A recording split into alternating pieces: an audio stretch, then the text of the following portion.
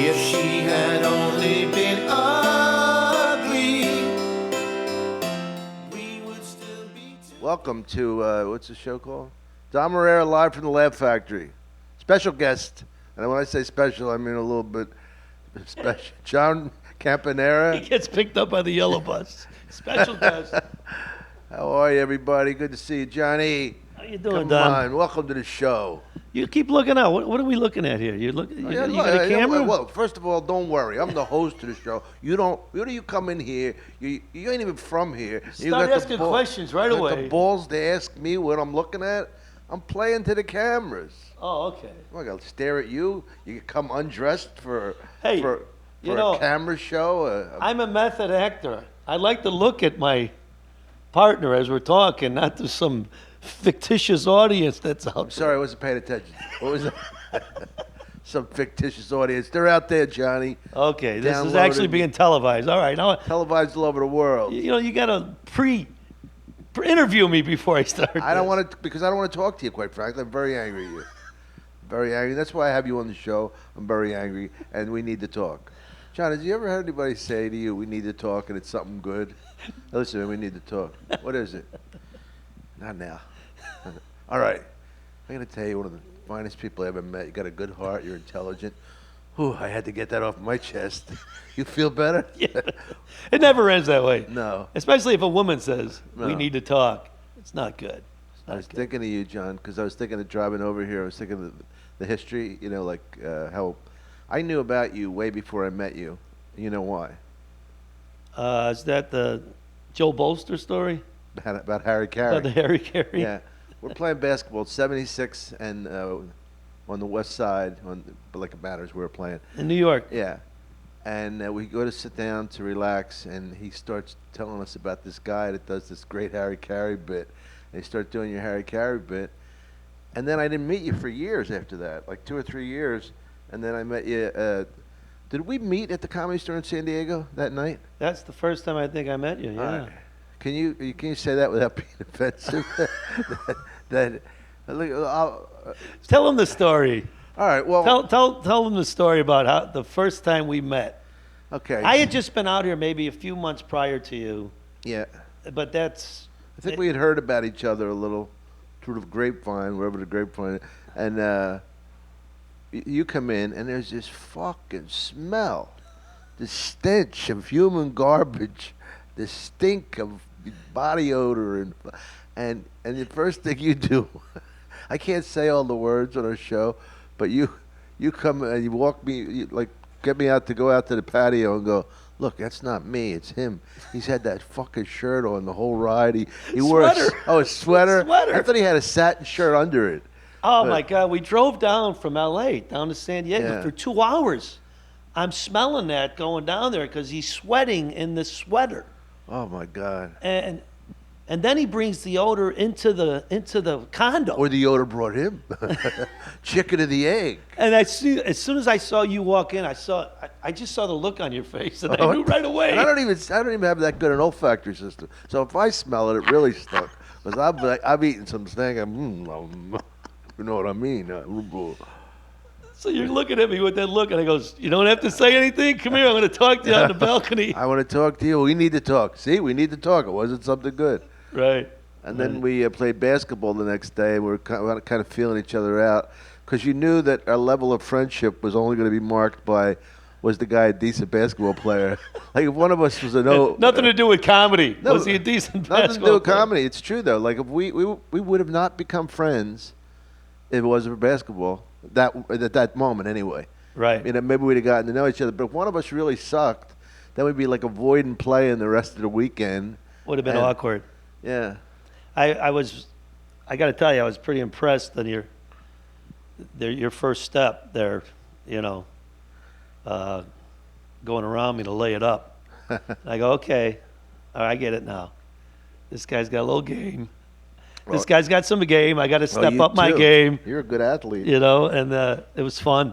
I had these 2 kids in Ohio, John. I took them to dinner, like my opening act, because I'm so big. And they were saying, we heard you were a pretty good basketball player. I says, well, I was really good for a comedian, As basketball players go. But they asked me a couple things. They said, well, "Were you fast?" I go, "Yeah, I was very fast." They go, "Could you jump?" I said, "Yeah, I could jump." They go, "You?" I go, "Not me. What you see now, you fucking mook. Me at 145 pounds of monkey muscle. It's a Right. big difference. Oh yeah, man. You? Oh yeah. I mean, imagine showing somebody a picture of you and your basketball duds Oh, I know. back when you were in high school. I got a picture of me jumping this high. I swear to God, on a jump shot. It's like, is that the same person? Right. What hath God wrought? As Charles Barkley once said, Father Time is undefeated. You know, he was Oh talking. yeah. Yeah, it's sad too because I just hung it up at the Y. I know. I used to play ball 3 times a week, and I realized I was hurting so much when I would get home. I was living on ibuprofen, and I'd have the ice packs on my legs for 3 You days. say on my dick? On my leg. You did say on my dick. Oh, did I? Yeah, you said the ice packs No, on my dick. leg. I mean, you get your dick. Is your dick that big that you confuse it with your leg? When I was born, I was given a choice between a big dick or a good memory. I can't remember what I chose. Is this thing on? Hello? Does it ever stop with this guy? No, but it's so funny.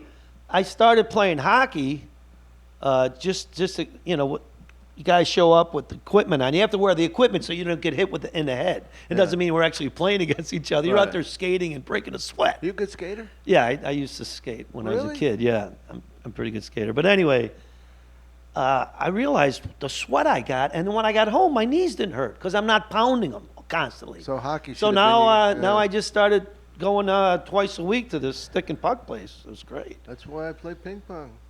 Do you? No knee pain, just an occasional wrist tightening. I said I wrote a King Kong movie, and tell me what you think. I said, here's the premise: King Kong goes to China and becomes this unbelievable table tennis player, kicking everybody's ass. It's called King Kong Plays Ping Pong in Hong Kong. I like it. It's snappy, I tell you. And I King said in the Kong sequel, he only plays for Hostess Treats. It's called King Kong Plays Ping Pong in Hong Kong for Ding Dongs. This is where my comedy's going. I see, you're evolving. See how I'm evolving? Evolving into the past. That's so silly. You know what's funny? It's like how certain people always make you laugh, and I don't want to get Sammy Maudlin on you, but you always made me laugh. And you were on one of the shows on a Tuesday night here, and it was a good show, but you got on stage, and the difference in your level and their level, it was just like, because you were just so fucking goofy and happy, and everybody else was trying, and you could see them trying, but you, with your experience and your talent, it's just like, you're just fucking silly, and like, relax the audience. In a minute, you come up on comedy, coming at you, whatever one of your phrases, When we've been at it, I'm going on 33 years. I started when I was 1979, Oh.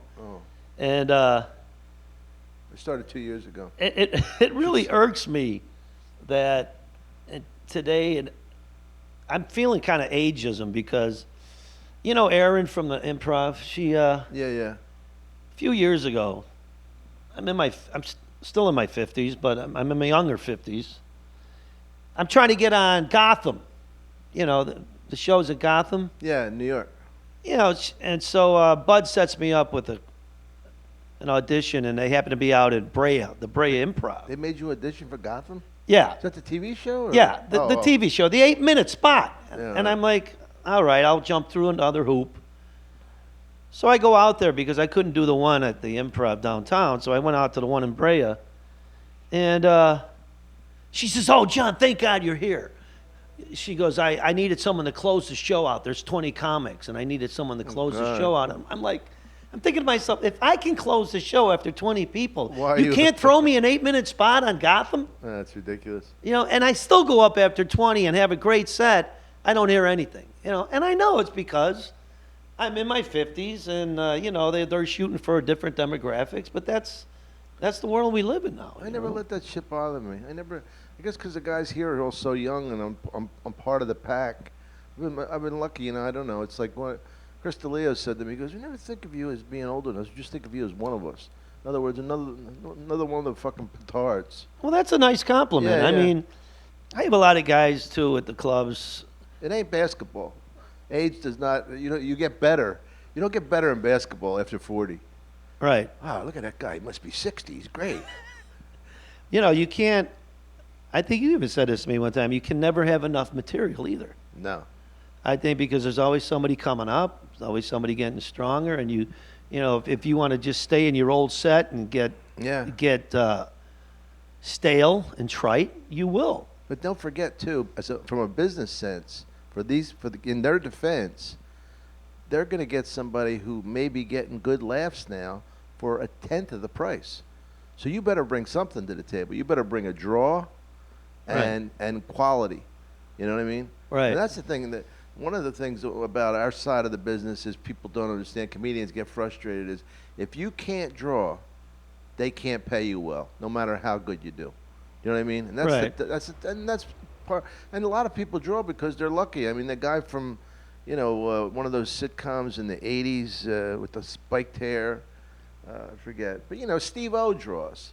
Steve-O, I got nothing against him. I like the guy, but he's famous for being on Jackass and for being crazy, from getting spikes in his fucking balls, and he's a big draw, and like somebody who's a really good comedian may not be because he didn't have the right exposure. Well, I had the guy in Tennessee tell me in Nashville, Brian Dorfman, and he knows me from the best. He knows me from working in Chicago, and we opened up that Zanies down there back in the early '80s, right? The Zanies in Nashville. Yeah. Oh, yeah. The guy started the Zanies from from Rick.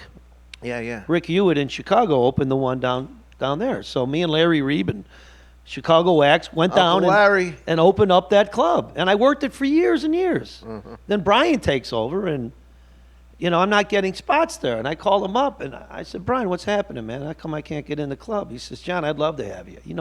I love your act. I know you're a good act. He said, but nothing personal. I need someone that's going to put asses in the seats and fill this place up. They gotta because pay I got a huge tax on liquor and a huge tax on this. And he says, I know these Southern acts down here that they have. Well, yeah. He goes, they have followings and they fill the place up. And he says, I know what kind of act. I know you're a professional. I know you can get laughs. It's not about getting laughs for me here. It's about putting asses in the seats. People forget that. It's about putting asses in the seats, and that's what I got to do. He goes, I these asses. I booked you all the time in Chicago, and he did. Yeah, well, but down there, he's got a different market. I like the fact that he was frank with me. He was honest. You do. Yeah, and I said, I get you. Yeah, I don't hold it against him. No, you I can't. understand his plight. Yeah, he has to. I mean, he can't pay you. He can pay you shit money, right? And have a papered room, but. Well, that's what I said. I said, well, come on, man. You got like 52 weeks a year. You mean to tell me you're going to put somebody in there every week that's going to sell out and fill the place up every week? And he goes, I pretty much do. I have to because I have this huge nut. So are you bitter? No, it's just that. A little bit. Little bit. I mean, but don't project. You don't have one week in the summer where it's going to be slow. Don't you got a shit week like the week after Labor Day, the week after Memorial Day, the week you just the week worked right in after Cleveland? New Year's Eve when it's slow. I'm lucky because I work the casinos in the summer, and because some of those weeks, like you just said, you work Tularity's in Cleveland, which is, by the way, one of the best clubs. I think I'll be there in April. One of the best clubs in the country. But the week after New Year's Eve was a Monday. So how the fuck are you going to get people? And I'm working on the Thursday. Yeah. And it was just New Year's Eve. And, oh man, they went down the wrong pipe. I don't think we have pipes. But, yeah, it was just a slow weekend, We did great Friday. Which is weird because Friday's never usually as good as Thursday. I mean, Saturday. But we still did okay. But it's a tough week. No, I blame it on LeBron. If he hadn't left, you'd have sold out. It's funny. I was telling that somebody at the bar. I said, you look at the local economy there, and shops are closed, and you walk down the street, and the storefronts, there's nothing in them anymore. He cost them millions. But he cost them millions. Is it his man. responsibility to save Cleveland? No.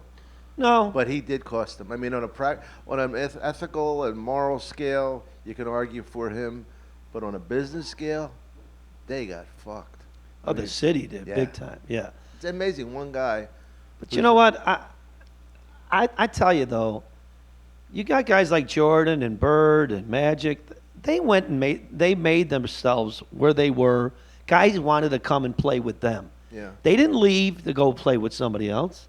They didn't leave to go play with, the Miami Heat. They stayed there and they built around them. And I think winning one championship for Cleveland, he would have been hailed as a god there the rest of his life if he would have just stayed. He wanted to play with he went and chased the ring. He pussied out. He chased the ring instead of. Out but he could have. Yeah, I mean, I look. He was 24 at the time, I think, and he has, him and Wade became friends in the Olympic team and Bosch, and I gotta say, I would want to play with my friends too. I don't know how, but then don't forget now, Magic and Bird, especially Magic. Magic came into a fucking great team. He came into a team with Jabbar and Wilkes and Nixon. They were already good. Without him, they were good. With him, they were great. You know what I mean? So well, Bird didn't, and neither did Michael Jordan. Michael Jordan went 7 years before he won his first championship. Yeah, that's true. Larry Bird came into a team that had the worst record in the league prior and had the biggest turnaround the year he was there. My point is that white motherfucker could play, Johnny. My point is that whole city is yearning so bad for just one championship and anything. I feel bad for them. How about the way they lost all those pitchers? They lost all these pitchers. They become Ace Award. I mean, not Ace Award. Cy Young Award. Cy Young Awards, yeah. Yeah. Or the two times they did get to the World Series, they lost in the seventh games both times. Yeah. I mean, so come to see me in Cleveland in hilarities in April. But I feel, Cleveland. I feel for 4th that city Street. though, because I like it there. I did too. I like and it. that people are great, and they're great audiences. Yeah. Those audiences, they're just sharp, and they get all the subtleties, and they want to laugh. And you walk around town, and you see some of these storefronts, and I feel for the city because I like the city a lot. It's a Plus, great you're town. a compassionate person. Well, You're a giver. May I say, John Caponera gives, but he gets from giving. No, I do. I feel it. What's your favorite place besides Chicago? well, performing wise, I like Cleveland, and Detroit's always had good crowds for me, and Yeah. Cleveland's Cleveland's good.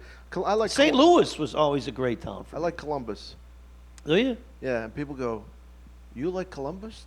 They know you there?" I go, "Well, they got television. It's not like I've been on fucking television before." Do they like you? I thought Columbus you would get more of a heady crowd because it's the university and everything. But when I was there, man, it just seemed like they were Hicks.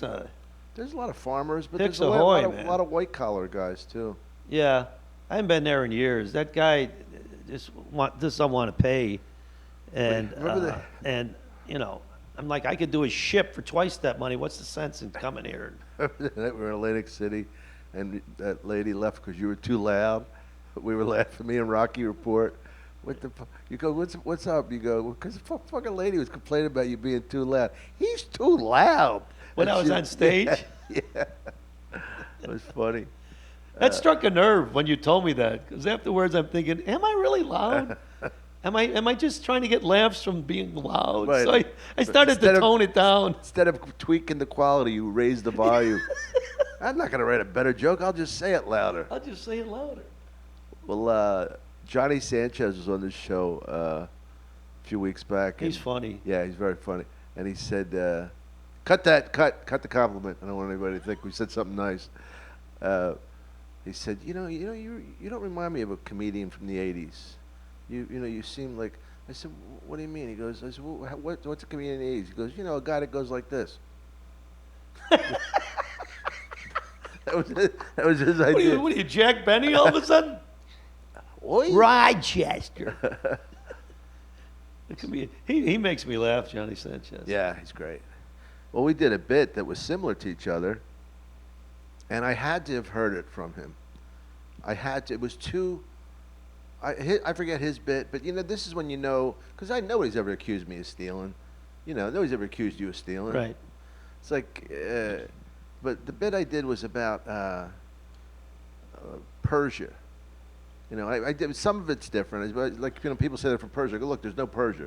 You find me Persia, I'll fly you first class to Persia. That's when they don't want to admit they're from Iran. Right. They say Persia. And I said something about, yeah, I got an aunt from. If you're from Persia, I got an aunt. My aunt Yola's from Mesopotamia. My cousin Tony's from Babylonia. You know him, Tony the Babylonian. And it was just really similar to Like John's. an uncle from Bavaria. Yeah. But I just it was so similar to John's bit. I dropped it because he had already done it on television, and if I heard it from him, it had to be subconsciously. Right. You know what I mean? There's no way he didn't even. What, did he approach you on it? Somebody else told me. Chris D'Elia said Johnny Sanchez does a bit like that. I go, oh, well, I'll talk to him, and I did. And then he says, I don't care if you do it. You know, he's a good guy, but I don't want to do it if somebody else. You know, Johnny was one of these guys that come up to me at the store and he says, Johnny, he said, I got to tell you, one of the reasons I got into comedy is because I used to watch you on Evening at the Improvs and the comic strip lives and all that, and it's one of the reasons I wanted to do stand up. So when you hear it from guys like that, who and they're funny. are really funny now, Yeah. you know, You can look at it another way. You're the reason I wanted to get into comedy because I thought, shit, if he could do it. I figure I could do a lot better than that. Actually, that did inspire me once. This guy named, I think his name was John DeBella. Not the radio guy from Philly. That was DeBellis, I think. John DeBella. And he was a host to Catch a Rising Star. And I thought of a joke that I wrote about, my mother had said to me. And I happen to really like David Brenner. But my mother and my Aunt Yola went to this place called Palumbo's. It was a Goomba restaurant in South Philly. She goes, Tom, we saw David Brenner. We didn't laugh for 45 minutes. You know me and Aunt Phil, we love to laugh. He sucked. And she goes, you're just as good as he is. You know? And I thought of that joke, like, when you just think of certain people and thinking that how the comparison is. It's like, I don't know, is this a compliment? Yeah, Or is right. this, Right. Like Nick was telling me, because last time I was there, I came in last minute. Hey, John, get some chicken. What's Because Kevin Nealon bowed out because he had something came up on a TV show and he couldn't do that? it. Weeds, yeah. So Nick was telling me people were coming up to me after your show thinking, well, hey, we came here thinking we were going to see Kevin Nealon, but it would tell you what, we sure as hell wasn't disappointed. That guy was really funny. Yeah. So when you hear stuff like that, it keeps you going. You know, for one thing, it just says, well, yeah, maybe as long as I've been doing it, I could still, I still got something to offer, you know. Because there's times when I'm on the road, and I don't know if you felt it too, where, you know, my kids are home, I'm missing them, I'm by myself, I'm in the middle of bumfuck Ohio in a red roof inn, it's snowing outside, and then, you know, I feel like I'm older than half the audience, because I am. You know, I'm in my 50s, and they're in their 20s or 30s, and then you start questioning, you start questioning yourself and thinking, am I relevant anymore? Am I relevant? Am I? So. And am I really reduced to just doing ships? And maybe that's where my audience is now that I'm in my 50s. Your audience is out at sea. They're out at sea. You know, they'll never work dry land again. Oh, come on. Put me on an island. Yeah, that's right. You do cruise ships. I've never. Well, I mean, they're paying twice as much as a lot of these clubs that I used to work. And I'm like, why am I going to have to hunt this guy down to try to get a week, see if he'll call me back? And you call the one agent from the cruise, she gives you whatever you want, bada bing, bada boom. I'm not on the phone trying to hunt down Larry from Devil's Ass, Alabama, trying to get work at the Uncle Farty's Laugh Factory. Hey, who's booking that? He won't call me back, you know. Well, first of all, I'm tired of that end of the business. You know, I don't mind doing my shows. It's just hard to get on a plane anymore, you know, hard to get on a ship anymore. I don't know how you're feeling now, but maybe this is a young man's game. It really is. Stand-up comedy. I don't agree. No, it's not a young man's game. It's a single man's game. It's a single man's game. It's easier if you who doesn't have a wife or kids or has a girl that will travel with him. Because I tell you, you know, once you have kids and you're missing Little League games and basketball games, it gets tough. It really does. I get the best of both worlds. I'm not married anymore, but my ex-wife's kid is my goddaughter. She lives with me. So I get the benefits of having a kid without the, all the other problems. Right. You do have the best of both worlds, because you are single, and when you do go out, I look you're not, for a little of this. you look, And you can't, so you can, but you can't, Lou. oh my God, I was at the Tilted Kilt, the sports bar where the No. girls wear the short kilts. Oh, The other day this was in in Hollywood, Cleveland. Florida? In Oh, Cleveland. really? So it's like a Hooters, Yeah, but they're called the Tilted Kilt. So they got For the little legs. Scottish I love that look. pleats on, Ooh. and the No low stank. top No stank. at the motherfucker. at the at the sports bar, and they're all like that in there. All the girls that are serving, this is, Yeah. and it's It like never stops, does it? it's like, oh Jesus Christ. There were some. And the thing that I know Fine-looking women I in know there. your wife, and I've known her actually probably since as long, or maybe before you knew her. And the thing about her, there's no doubt that if she caught you cheating on her, she'd kill you. Oh yeah, I mean So- not in the literal sense. No, of she the word. would. She'd Yeah. kill you. Oh, In yeah. the literal sense. Yeah. That was one of my favorite jokes. I remember when you wrote that joke about just want to be a fucking lady.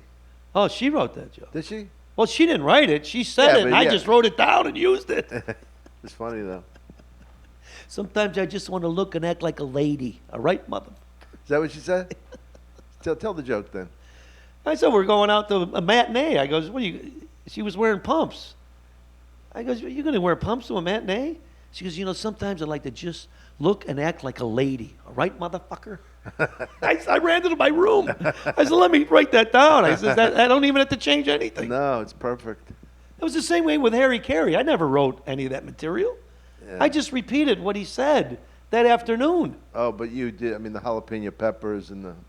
Well, a couple of things, but for the most part, some of that stuff about where he goes, I was, where the guy dropped the fly ball in the infield. He goes, here's the guy, Dave Concepcion, grew up in the Dominican Republic where the sun shines 365 days a year, and he misses a pop-up in the sun.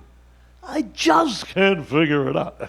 I went, oh my God. I just have to write that down. Were you a comedian yet when you did that? Yeah. Yeah. Yeah, but when I started doing Harry, he was on the he was the White Sox announcer. He had just left the Cardinals. Oh, okay. And went to Chicago. And So he was White Sox? He was only known in Chicago. It was Cardinals, White Sox, and then Cubs. Well, he did 1 year in Oakland in between the Cardinals Oh. and the White Sox. Then he did 10. Did you ever meet him? Oh, I met him several times. Yeah. Did he love your impression of him? I did that bit for him when he was on the Roy Firestone show. Remember Roy Firestone yeah, had of that show course. called Up Close? Yeah, yeah. So I do that bit about missing the pop-up in the sun. And I go, I just can't figure it out. And he's sitting next to me. He goes, I can't.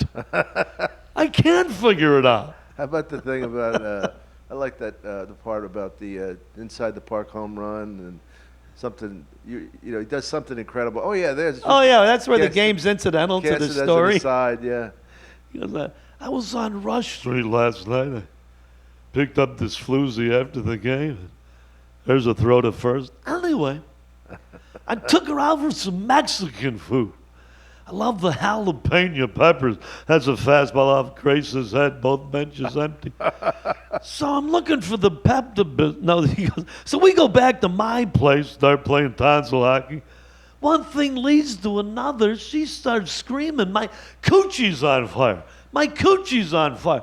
I thought I had the golden touch, but apparently I still had the jalapeno juice on my fingers. That's a triple play. So she does a beeline for the bathroom. I jump in the bed to keep from laughing. That's a grand slam. But the thing is, yeah, that's it's funny. I can't go anywhere now without people yelling out. That's good, The though. guy's been dead 12 years. Has he? 13 But years. you know what? It's a signature piece. It's certainly not all your material by any stretch, and it's good that I think it's a compliment. Like Jimmy Walker gets upset about Dynamite. I'm thinking, what the fuck? You had a hit series I that know. that drove your career, and you're mad at that? Like when people holler out like little, Joey Bag of Donuts to me, or Bada Boom, Bada Bing, or any of that shit. I don't care. Well, you know what it is? Getting heckled It's with a your act? compliment. Yeah, it's of not course. It's not derogatory. Yeah, that's why they're there. Right. I mean, wouldn't you have written a bit about Dynamo or Dynamite if somebody, if they always yell it out and just get it out of the way and say, hey, I know what you're talking Yeah, about, yeah. man. People tell me that all the time. They're always yelling Dynamo. Maybe come up with something positive I mean, instead like- of turning negative to the audience Like- and go, that's not me, you know, Like- and then like he get turned pissed off about this it. artist who does it. I don't do that anymore. Yeah. That's the past. No, you need to embrace it, do a bit about it, and then you move on. Then they're not yelling it throughout the whole show, you know? I never understood it either, why guys do that. You don't want to embrace what actually gave you notoriety. I think Saget's funny, and first of all, I think Saget's funny. But secondly, I think it's funny that he, you know, Bob always was a little bit ashamed about doing Full House. You know what I mean? Because it was squeaky clean? Yeah, and it was corny, and you know, and Bob was like so much hipper than that. But he is a guitar act, and you know, which I happen to like. But he always had to be overly dirty. You know, after like, 'cause I was the one who told him the Aristocrats joke, and he did it like 30 minutes in the movie. You know, and it's like, it's always interesting to me. It's like, Bob, you fucking took a few $1 million. Don't feel bad about it. Nobody forced you to do Full House. You know, you knew what you were getting into.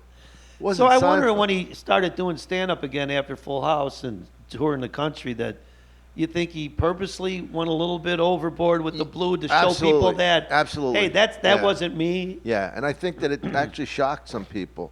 I remember Marsha Warfield, Sure. and she was on that show Night Court, right? Yeah, she's from Chicago, I think. Is she? And she came into West Palm, and she's really dirty, Marsha. Now you can't be dirty on television, especially in those days. And the people are walking out. She's having these like gospel-looking old black women coming to see her, thinking Yeah. that she was this, you know, Right. caustic but certainly not vulgar Right. TV comedian, and she turned out to be, you know, my pussy. Yeah, right. Yeah. Right. Yeah, I remember Marsha Walford. And you remember Orlando Reyes? Did you ever meet Orlando Reyes? He was a black comic out of Chicago. Was he from Mad TV? No. Oh, that's no. another Orlando. You know what? He never made his way out here or New York, so you wouldn't have known him. But just a funny Chicago act that just never left Chicago. There's a lot of guys like that out there. Oh yeah. They're funny in the town they're from, and they never make the move to New York or L.A. to make a bigger splash. But they're just funny guys, you know. Danny Stortz was one of those guys, you know. I don't know him. He was another I Chicago. know Uncle Larry. Yeah, Uncle Larry's funny. That's one of my favorite Chicago. Uncle Larry looked 40 when he was 20. I know. Then he That's- finally that's- became 40. He actually looked his age. Yeah, he never changed. I know. No. Larry's funny. So did you did stand up for a few years in Chicago before you came out here? Yeah, I did it from 79 till 85. Then I came out here to do Star Search. I was staying at the Hyatt next to the Comedy Store. I went down there to ask him if I could do my 5 minutes that I was going to do on the show. And they said, sure. And they put me up, and Mitzi's in the back of the room. And I come off stage. She goes, are you living out here now, or you just come out to do the show? I goes, no, I've moved out here. I'm looking for a place now. She goes, call in Monday for spots. Oh, that's cool. Yeah, that was a godsend because I had a place to work out. Then she used to take me to Vegas. Then I come to find out there's guys at the door working 2 years trying to get to be a paid regular. Oh, I know. But that was the beauty of working in the Midwest for several years before I came out. You were already good. I yeah. already came out with an act. I was headlining in the Midwest. Yeah. And then I see a guy like Jimmy Schubert working the door, and he's in his 20s, and Mark Maron. and he's trying to start out. And I said, Jim, I says, you got to go to a place where you can bomb and fail and cut your teeth. I says, you're trying to get on stage. I goes, look who's on stage. We look through the window, and either you're on stage or some other headliner's up there that's, been headlining. Yeah. Doing 15 minutes. I goes, Right. Jim, you got to get out of here and find a place where you could be bad in. Just find a place somewhere out in the country, some city that you can get up every night and hone he? your act. He moved to Florida. He come back 2 years later, and he's kicking ass. He Oh, was really? kicking ass, yeah. He became a regular at the store, and he was funny. And I'm like, he goes, you were right, John. He goes, I needed to go and hone my act. I couldn't get time out here. Yeah. Guys that come out here with no act, and they're trying to start in L.A., it's hard. It's brutal. It's brutal. Yeah. It's brutal, man. You can't do it out here. You got to go somewhere you can you can cut your teeth and hone your act. You can't do it out here. What's cut your teeth mean? You never heard that expression? Yeah, but I like to know what it means. I like that. I mean, I'm just not going to let you get away with that. It means somewhere where you could hone your act, somewhere where you can. So if I looked up cut your teeth, it would say hone your act? Yes, it would. You know, I said to, you know Bill Dawes? He was on the show, but he's a comedian here. And he said that we're driving down to Long Beach. He goes, it's not my wheelhouse. I go, what does that mean? He goes, I don't know. It's out of my element. It's Well, the same thing. Yeah, but I said, where did you get wheelhouse from? And then we looked it up. It's a baseball expression. But it's also, but originally it's a nautical expression. The Oh, really? wheelhouse is where the wheel is. Where, you know, that's. Oh, I always thought it was a baseball expression. It became one. Yeah. Yeah, yeah. But so before you cut your teeth, learn what it is. All right. Before you cut you're your gonna come teeth, on to a highbrow Do something show where like you that. could be in your own wheelhouse. So the kids are good, Johnny. Yeah, everybody's good. I just took Katie up to Big Bear, did some skiing with her. It was a nice. You know, she turned 10 on New Year's Is Day. she really? New Year's Day, she's 10 years old, man. Wow. I can't believe it. You know, She owns you, huh? it's so. I can't stand the fact. Oh yeah, she owns me big time. And she's growing up so fast, you know. And you know, because you don't want them to grow up so fast. It's my little girl. Stop feeding them. But then I read an article in this health magazine because all the hormones they're putting in foods today. You know, girls are starting to menstruate earlier and earlier, 9, 10, 11 years old. I'm like, I did not need to read that. And all I got to do is walk through a Walgreens, see a box of tampons with Dora the Explorer on there.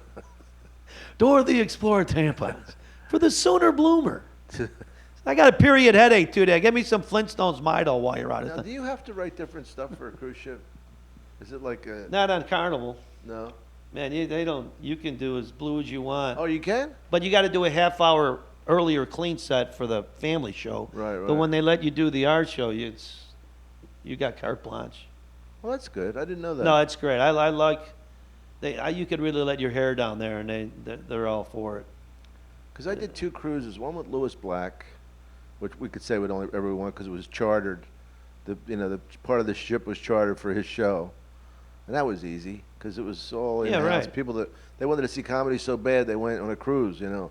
Right. And the other one was with a rock and roll '80s thing.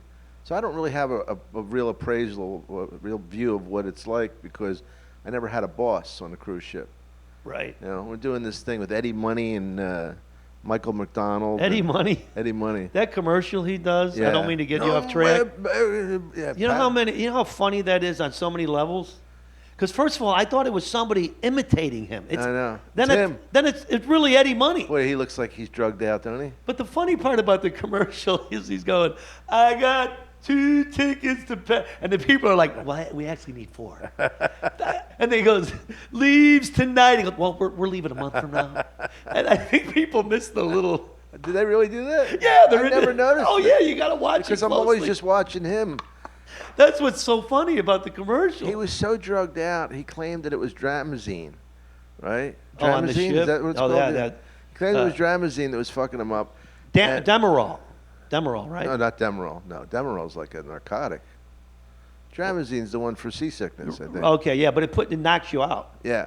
Yeah. But I was upstairs and I was singing with this guy Ellis Hall, who's a black blind man who's a great singer, and we always kidded him about he was the third guy out, between Ray Charles, Stevie Wonder, and he didn't make it because of those 2 guys, right? You can only have 2 black blind singers, and but he's great, fucking talented, Earth, Wind and Fire, all this shit, and I'm singing with Ellis upstairs, goofing around, and his manager says to me, "Why don't you go sing a backup for Eddie?"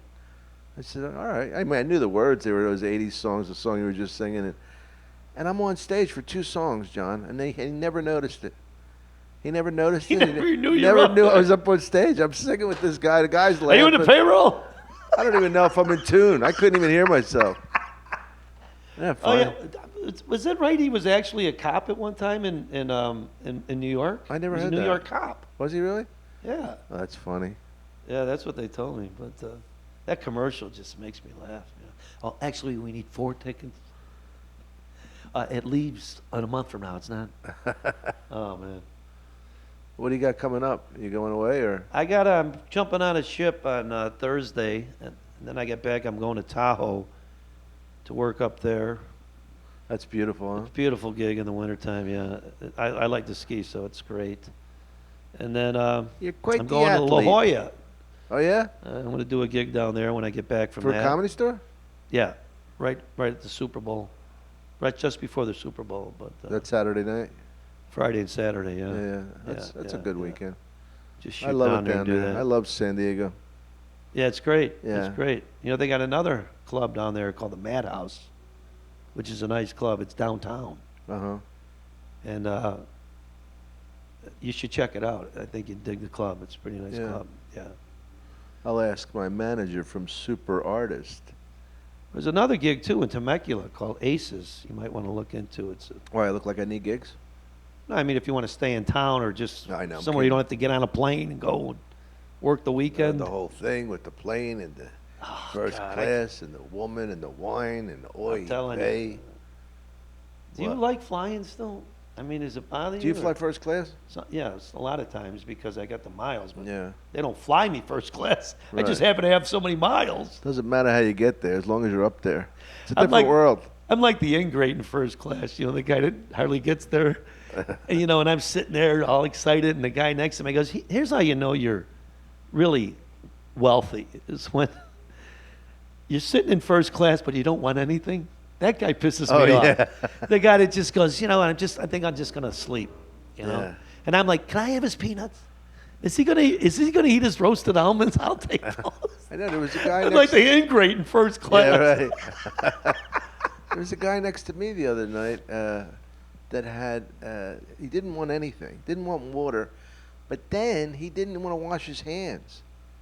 It's like, Oh, you mean when they come around with the towel? Yeah, I mean, what is it to wash your hands? Wash your fucking hands. Well, if he's not eating anything, yeah, or- but he's touching a newspaper and shit. Pissed That me off. bothered you? Yeah, it bothered me. Fucking germs all over it. Then he wants to shake hands at the end. I fist him. yeah, hey, you Then I had wash to- your I hands, washed- buddy. I don't care if you're not eating anything. I washed my knuckles after that. Yeah, it does make a difference, especially like if you're going to Australia or something. It's like, fuck, yeah. I couldn't take it. There's no way I would fly that far in regular coach. I'd rather lose money on the gig. Oh yeah, man. What is that? 20 hours, something like that? Let's not get carried Oh, away. jeez. 14, 15. Somebody said to me they were flying 24 hours. I go, no, you weren't. They go, yeah, I was. I said, well, then you're in the space shuttle. Because there's no plane in the world that flies 24 hours commercially. There's none. They have to refuel. Somebody was telling me they celebrated New Year's Eve in Okinawa. So then they got on a flight and they're heading back, and they celebrated New Year's Eve again on the way back because Oh, yeah. the time change. I know. It's pretty wild. When you leave Sydney at 12 something and you get here before you left. Yeah, how 10 weird is that, right? Let me explain the curvature of the Earth to you. Maybe this isn't the right show for that. But yeah, it's. I think it's pretty cool. I think it's pretty cool that we get a chance to do that. And you know what's funny about when you were saying cruise ships, and I talked to Mike Ivey, and you know, even though you may not always get what you want, think about the fact, like how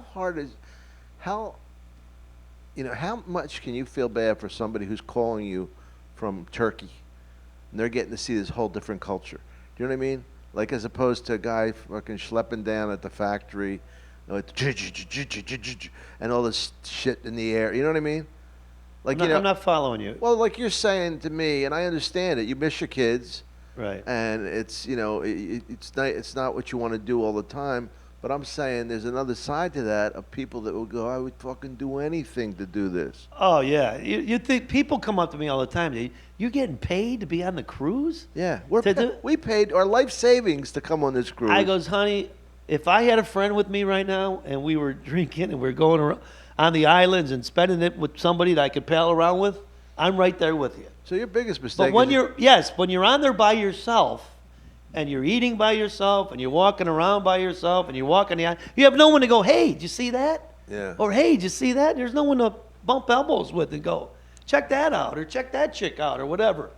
You're there by yourself. You just want to jump in the water and swim home, I'm telling you. I don't think you're gonna make it. What about Thank God for FaceTime. you know. Oh, you do that with the I kids? do it with my daughter, yeah, so I could. Yeah. Because you know, it's, You can I get that, invented I would something to say? go with FaceTime, smell time. You could actually smell the person that you're That's- talking to, too. well, we don't It want only to- works. That goes back to the original part of It our only works if conversation. you're in a garden or like a bakery. But you don't want to be talking to a guy on the shitter. It's like, hey, come on, give me a courtesy flush, will you, buddy? Well, that reminds us. How'd you of- do with that chick last night? Hey, you tell me. He puts it up to the phone. Right. The finger. Is that the fingering finger? Let me see. You got your index finger, your fingering finger, your thumb. Smell time coming in with mixed reviews. John, remember what was the name of the series that you had? The Good Life. It's really weird how, I mean, one of the things that's cool about our lives, I think, is that if we get fired or something doesn't happen, we go back to our real job as stand-up comedians. You know what I Right. mean? Like, how fortunate is it? Because there are some actors, there might have been an actor on your show that never worked again. You Yeah, know? there was a couple.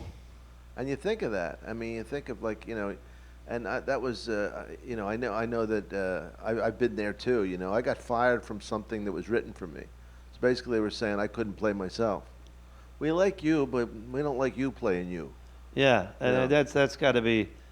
I've had a similar situation where I did a pilot, and it got picked up, and they wanted to replace my character, and it was such an ego blow to me. Yeah. That because I know I got all these laughs in the pilot, and I'm like, then I come to find out it was the WGN affiliate that had a problem with me, and he wanted more color in the show. Color as people? Yes. Oh. And they replaced me with a black actor, but what hurt me was that I found out from the papers that the show had got picked up for 13 episodes. And it's 17 grand a crack, which is what my quote was at the time.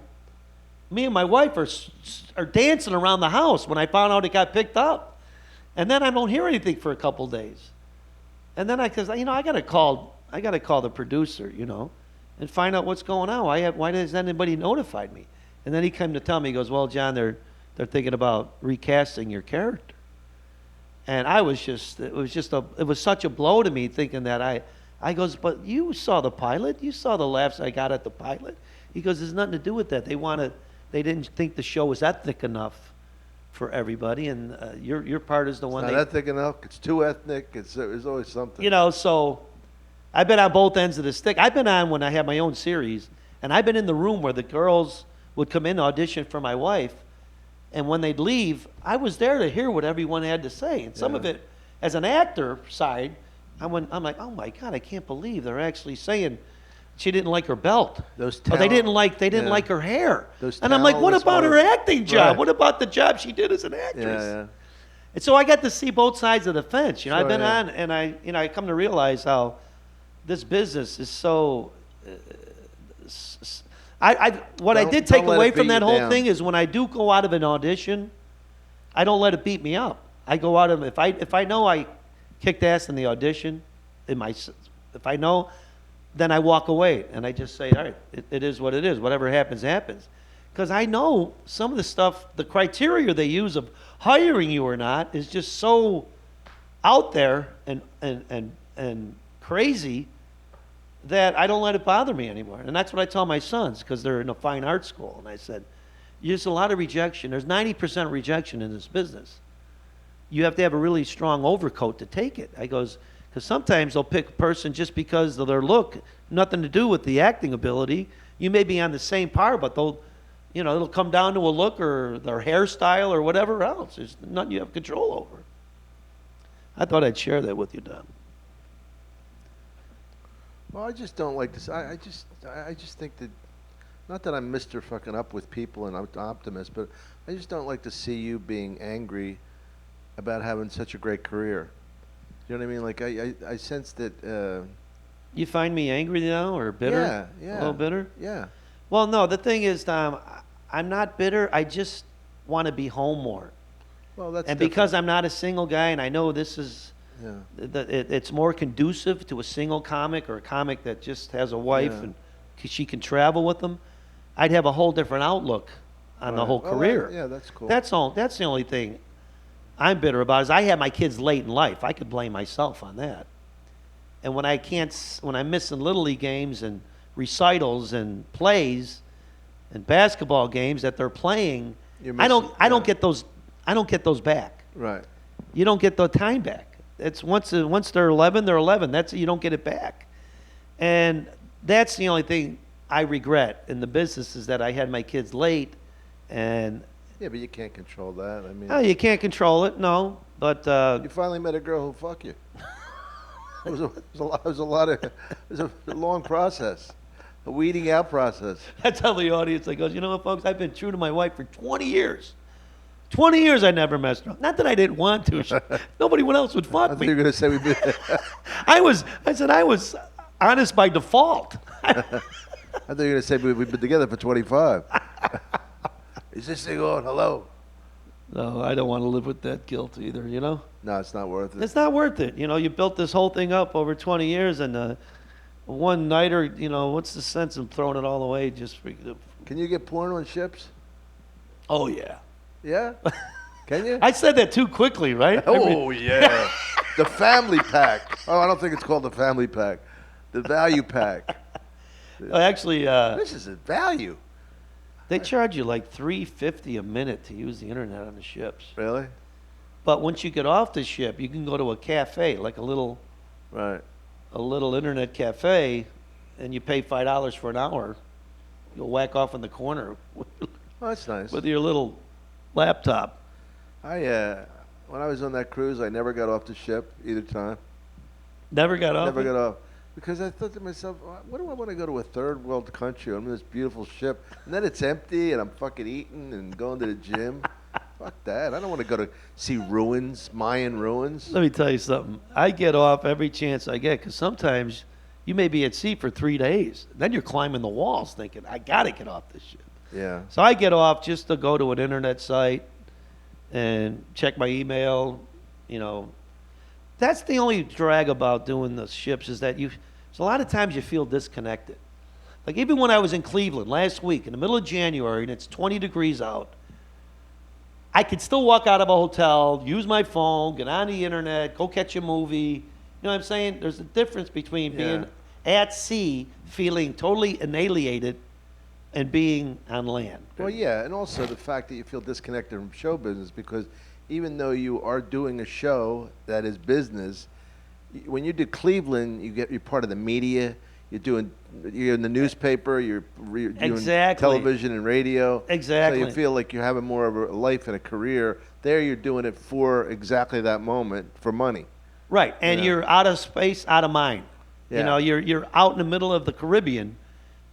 You know, and you're on a ship, and you're totally disconnected from the rest of the world. Now, are those ships, have they rebuilt because of all the danger and happened? Didn't they lose a lot of business for a year or two?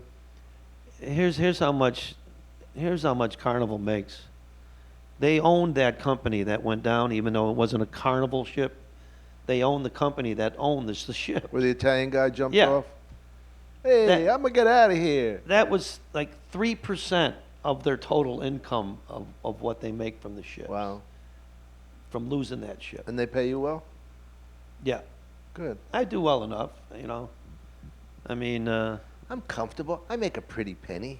well, it's better. I'm telling you, it's better than half the comedy clubs. That's why a lot of comics are doing the ships now.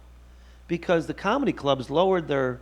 We're the only business, it seems, in America since I was making more money in the 80s Were you really?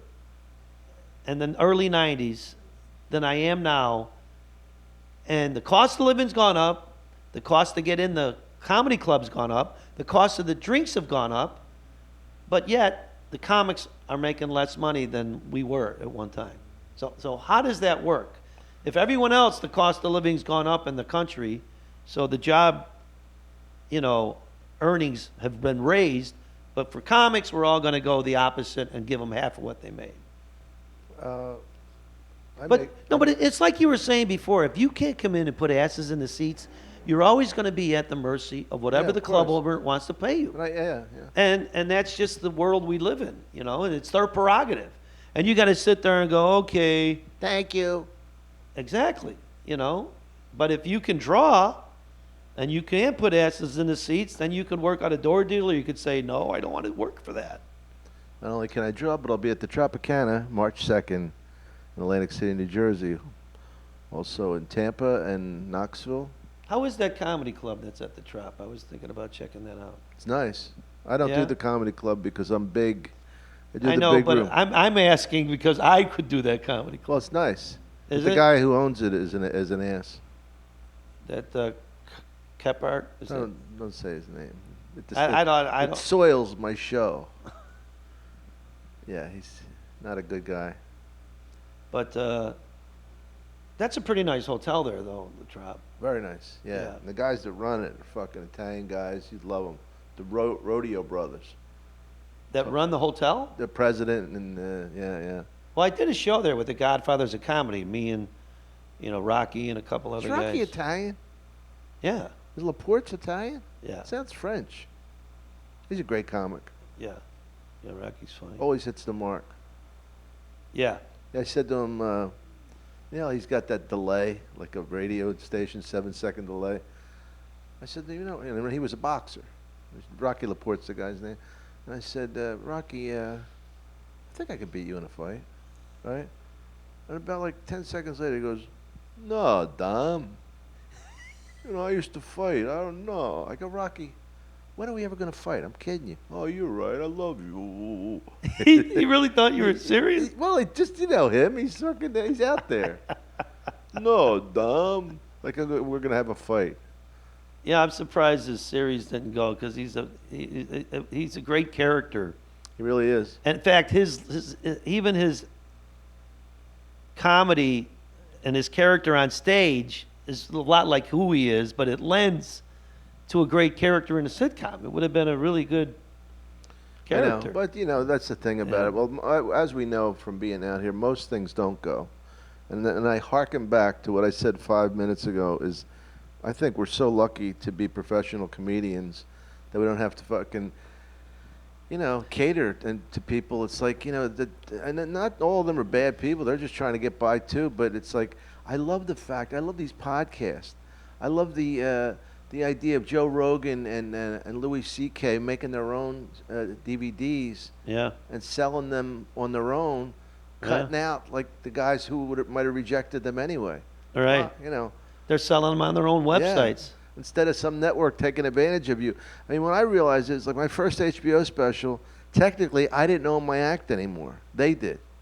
Well, hey, I tell you, the first CD I ever made, I made it with a guy and we had it together. He ended up selling his half of the CD to somebody else. So to this day, from me them playing my stuff on XM and Sirius, Yeah. instead of all the residuals coming to me, I got to split it with this guy because Do you get residuals from that? yeah. How do you get them? Well, there's a company called Sound Exchange, and they police the airwaves and tell you what you got coming. I never got a They cent. send you a check. I never got a cent. Yeah, I'm telling you, man.